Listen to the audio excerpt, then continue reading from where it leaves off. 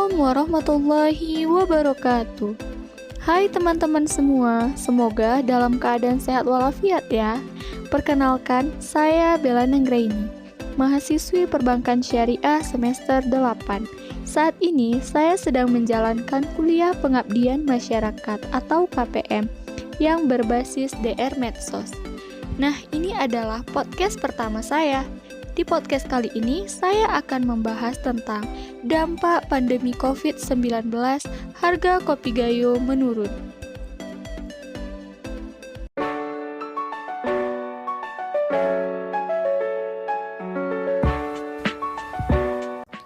Kabupaten Benar Meriah adalah salah satu kabupaten di Aceh. Kabupaten ini merupakan pemekaran dari Kabupaten Aceh Tengah yang terdiri dari 7 kecamatan.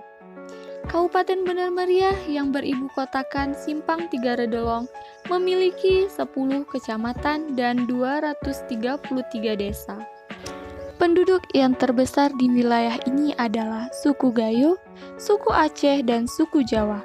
Bahasa pun bahasa Gayo, bahasa Aceh, dan bahasa Jawa yang dipakai oleh sebagian besar penduduk selain bahasa Indonesia. Kabupaten Benar Meriah merupakan kabupaten termuda dalam wilayah Provinsi Aceh. Kabupaten Benar Meriah terbentuk pada tanggal 18 Desember 2003. Benar Meriah ternyata menyimpan sejuta keindahan yang biasa disebut dengan negeri di atas awan maupun negeri kopi, karena dikenal sebagai penghasil kopi Arabica terbaik di dunia dengan kualitas dan cita rasa yang khas. Sektor pertanian mempunyai peran yang sangat penting dalam membangun perekonomian di Indonesia.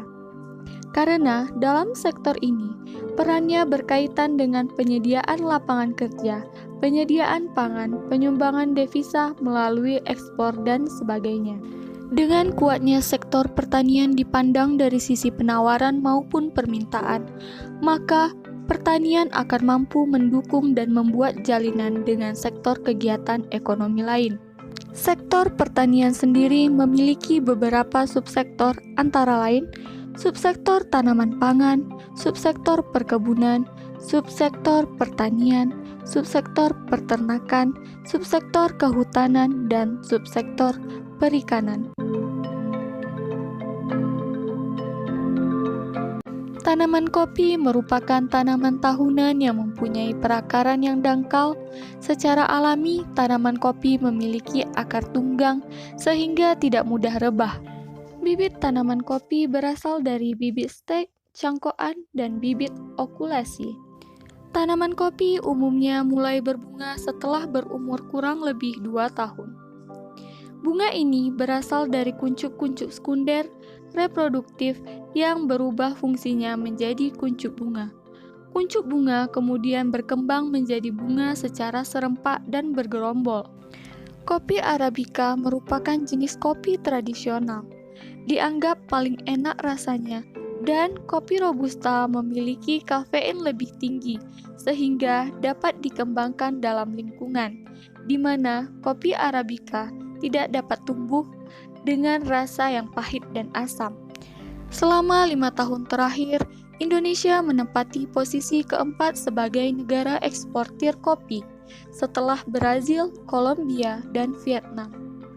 Indonesia juga merupakan negara penghasil kopi Robusta terbesar kedua di dunia setelah Vietnam.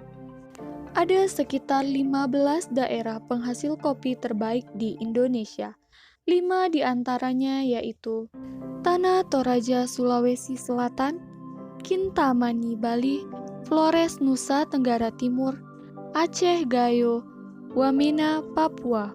Perkebunan kopi berkembang seiring naiknya permintaan kopi dunia dan kenaikan harga, walaupun pada saat ini harga kopi menurun drastis. Kabupaten Benar Meriah merupakan salah satu kabupaten yang memiliki luas areal perkebunan kopi mencapai 43,765,75 hektar. Sektor perkebunan kopi merupakan sektor andalan Kabupaten Benar Meriah. Hal ini dapat ditinjau dari segi potensi, kesediaan lahan, serta mayoritas penduduknya yang bermata pencaharian sebagai petani kopi. Dalam suasana hening, para petani dengan tekun menjemur biji kopi hasil kebunnya. Bisa jadi karena memikirkan nasib harga kopi yang belakangan ini terus merosot karena pandemi COVID. Di tengah pandemi, masyarakat dataran tinggi Tanoh Gayo Bener Meriah tetap merawat kebun-kebun kopinya dengan teliti. Mayoritas masyarakat atau 85%-nya memang merupakan petani kopi. Pandemi telah berdampak pada penurunan harga kopi secara signifikan. Masyarakat Gayo tetap tak meninggalkan kebun-kebun kopi mereka. Saat ini kondisinya memang memprihatinkan. Harga kopi gelondongan hanya berkisar Rp6.000 per bambunya.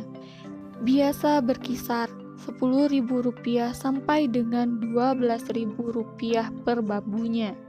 Dengan harga Rp6.000 hanya cukup membayar biaya operasional seperti membayar ongkos panen atau pemetik kopi.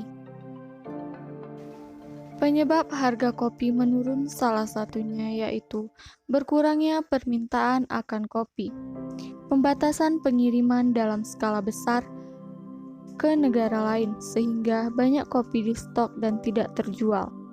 Masyarakat berharap pandemi segera berakhir dan harga kopi normal kembali seperti sedia kala.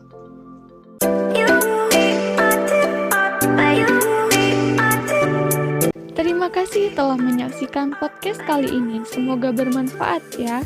Mohon maaf bila terjadi kesalahan. Wassalamualaikum warahmatullahi wabarakatuh.